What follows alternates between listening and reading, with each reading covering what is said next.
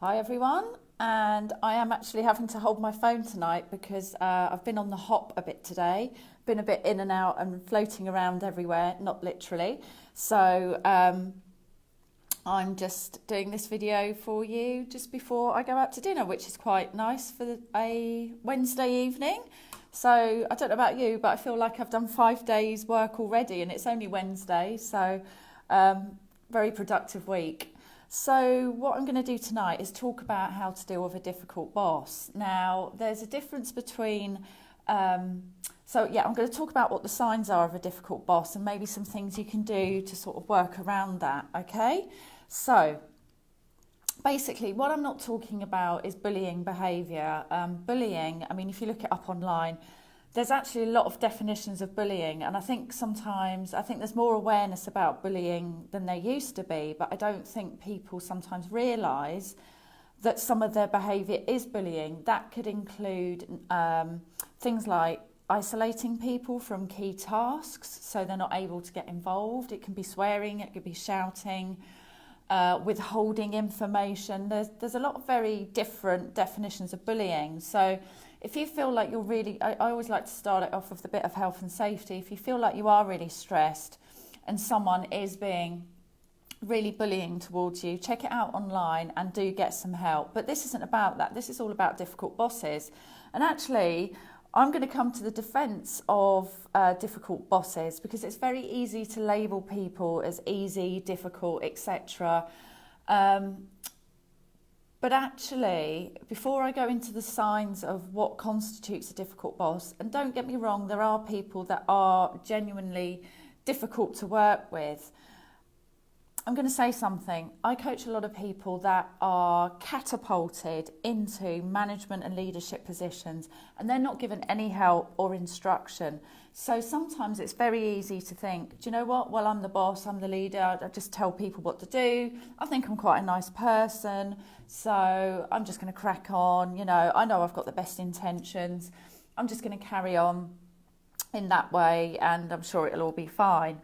But actually, what we don't realise that when you're leading, you have to sort of flex between different styles, between, you might have to have a difficult conversation with one of your team, or one of your team might have a different style. So actually, being any kind of boss, especially for the first time, is really difficult. And that's what I do loads and loads of work on. And I just see it all the time where it's great, there's all these sort of performance metrics on behaviours, but it's really lonely. I've been there myself, where you're just thrown into a first leadership position without any support and just expected to understand what makes a healthy boss, what makes a good boss. And sometimes we just think, yeah, I'll just be myself, I'll get on with it, that's fine. Sometimes that's just not quite enough. Or there may be some other strengths that you need to flex that you haven't done that makes you come across as a difficult boss. But I am going to go into the more extreme examples and what you can do. But sometimes it's not always a good idea to assume that people are making mistakes or doing things because they are bad people.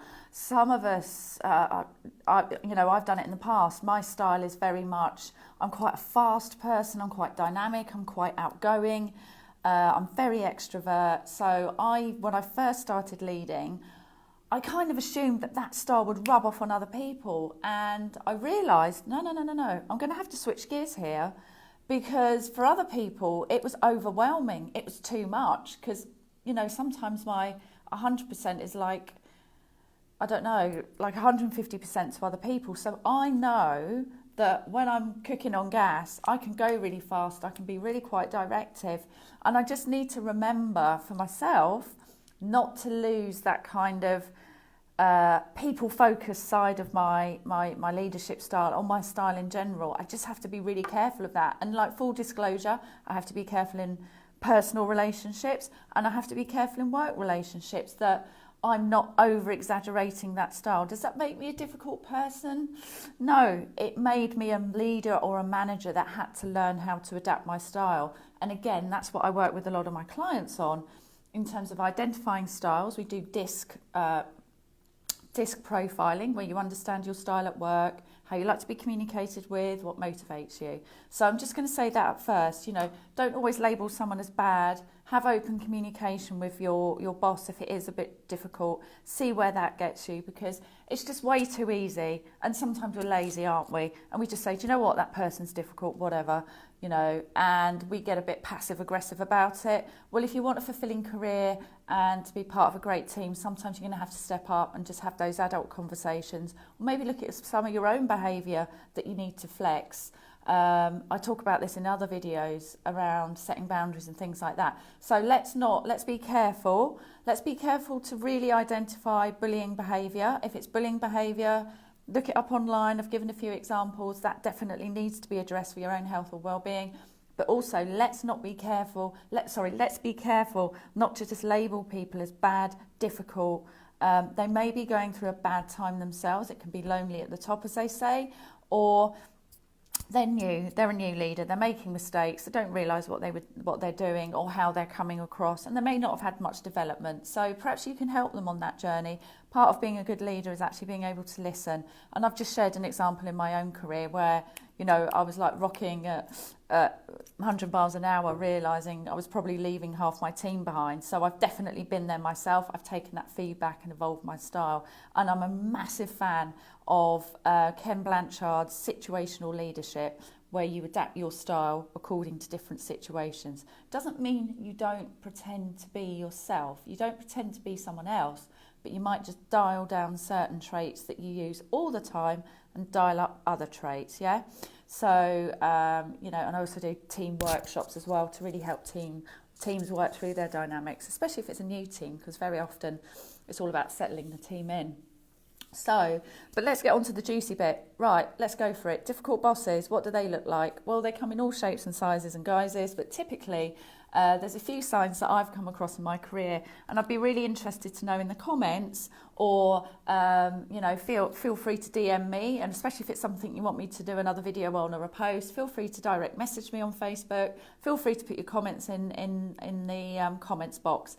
But basically, what I've noticed there are some common traits around difficult bosses. Have you, or does this sound familiar?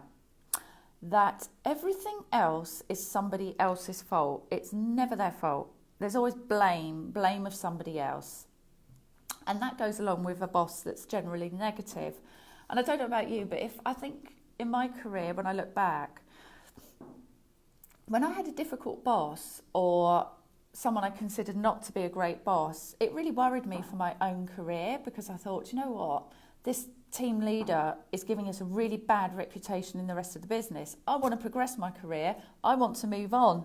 So I don't want to be held back by somebody else's difficult style. So it had that concern for my own health and well-being, but also my career development and the perception of the team, because the manager or the leader has a lot to do with setting the perception and the reputation of the team internally, as does everyone else, but particularly the leader who's talking about things at a more senior level. He's like the face of the business, really. So he or she, rather. Sorry, excuse me.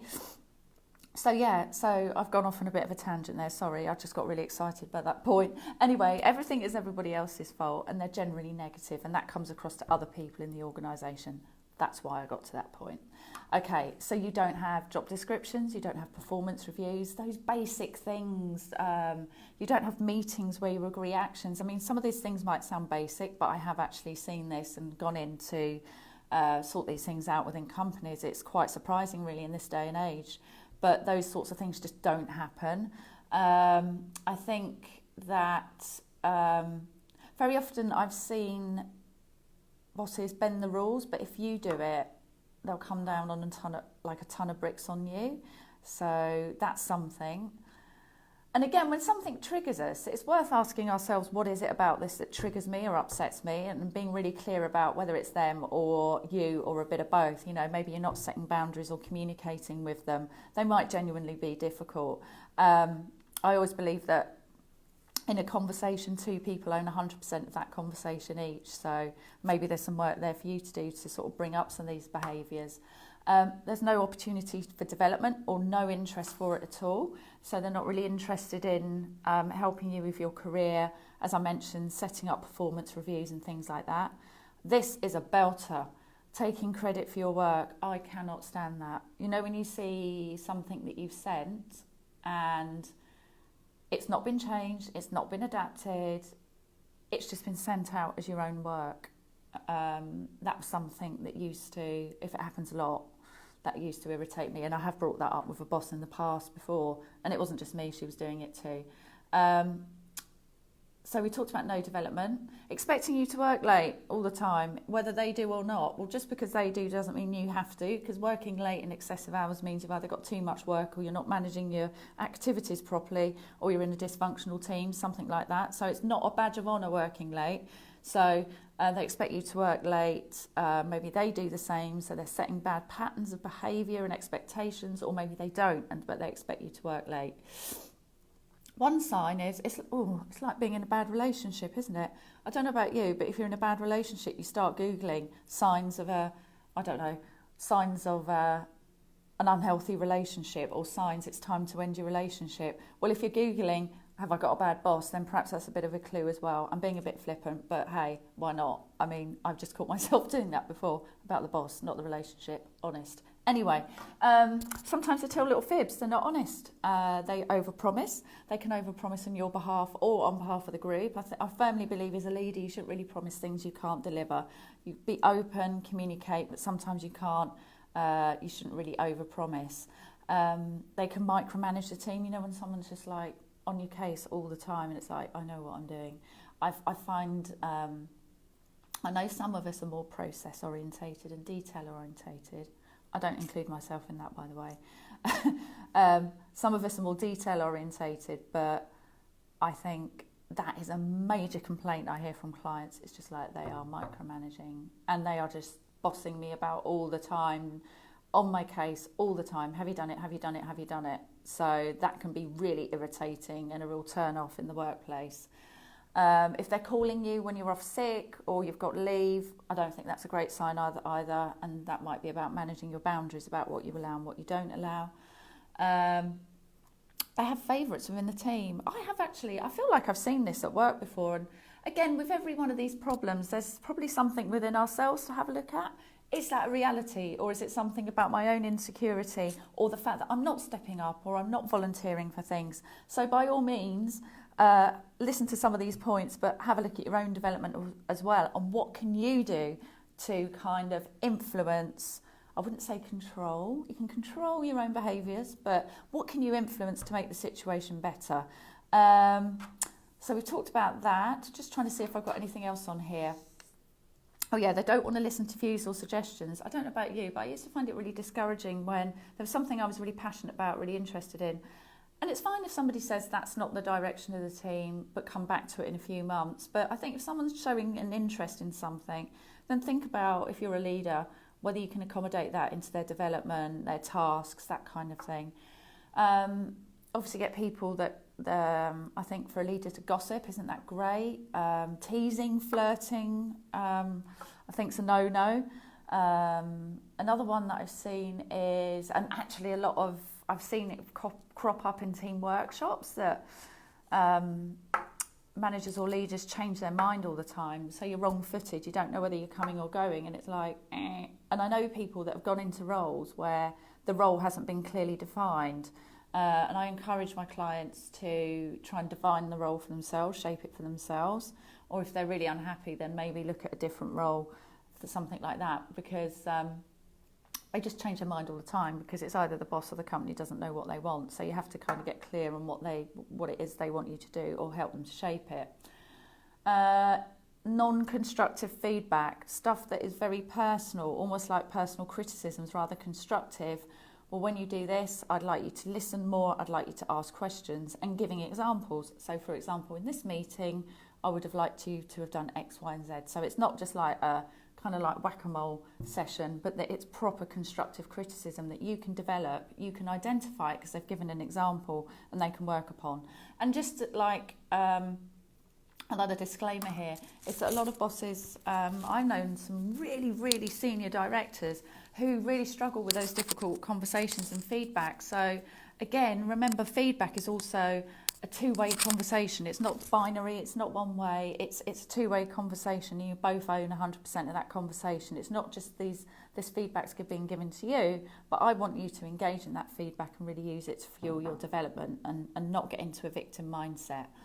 You can be ignored as well. That's not great, obviously.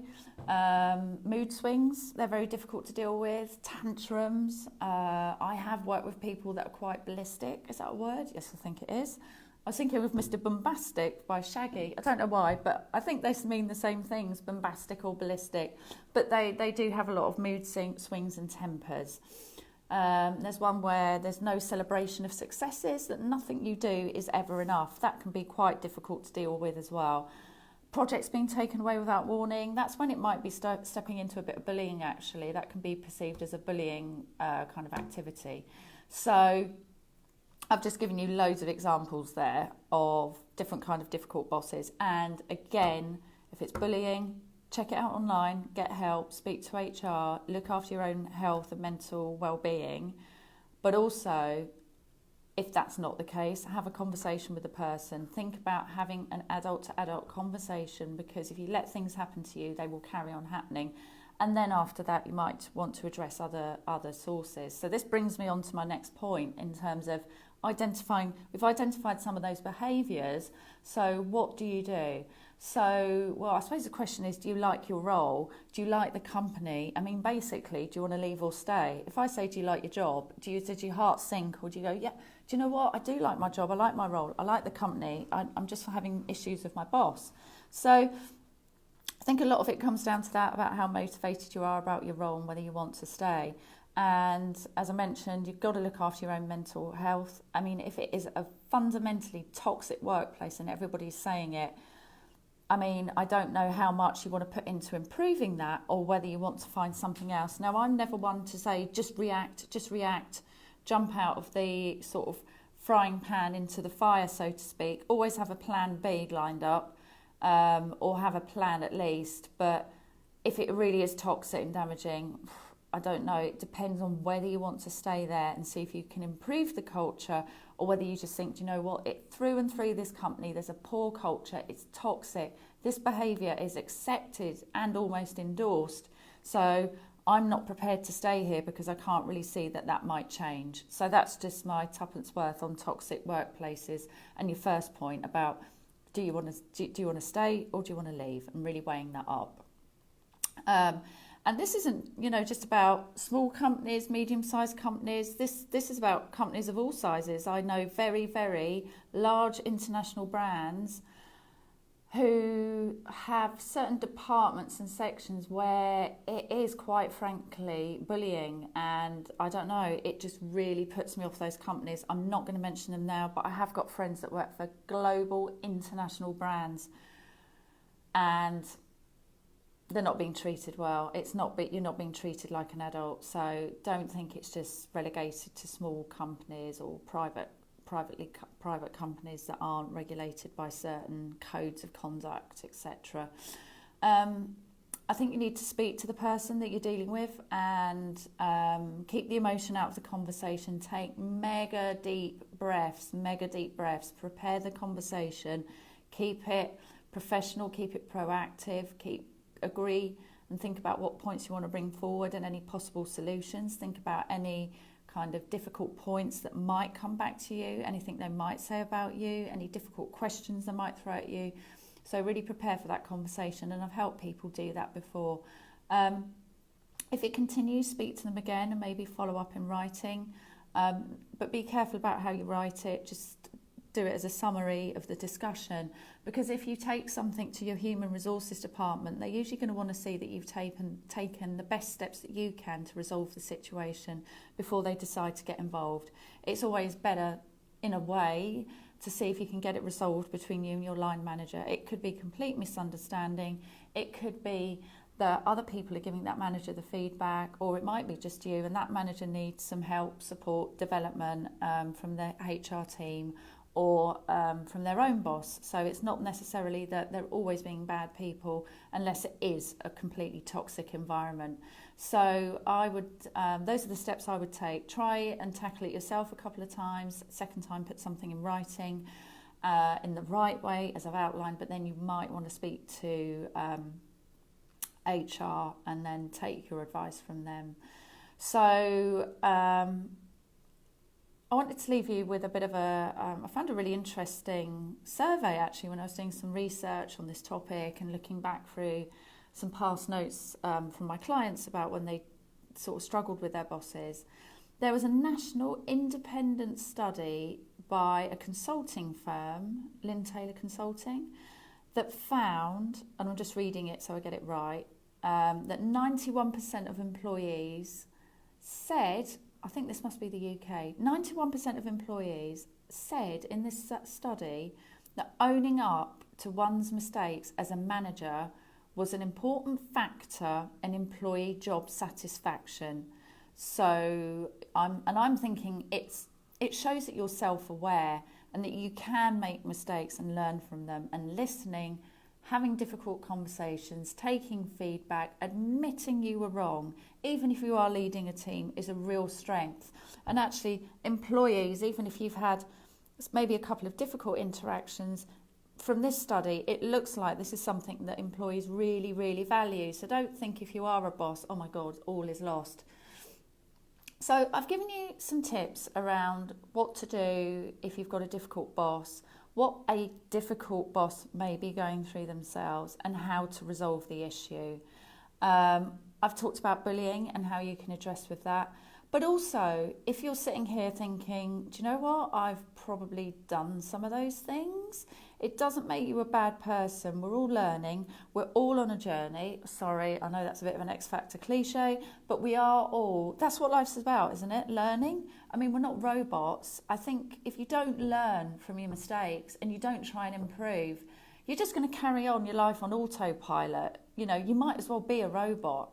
But if you want to grab your life and career with both hands, then, you know, as a team player, you've got a responsibility to talk to your boss and deal with these issues for your own sake, but also for your boss. Think about your boss. They're not always, you know, monsters. If you're a boss, then and you get that feedback, see it as an opportunity to grow and develop. I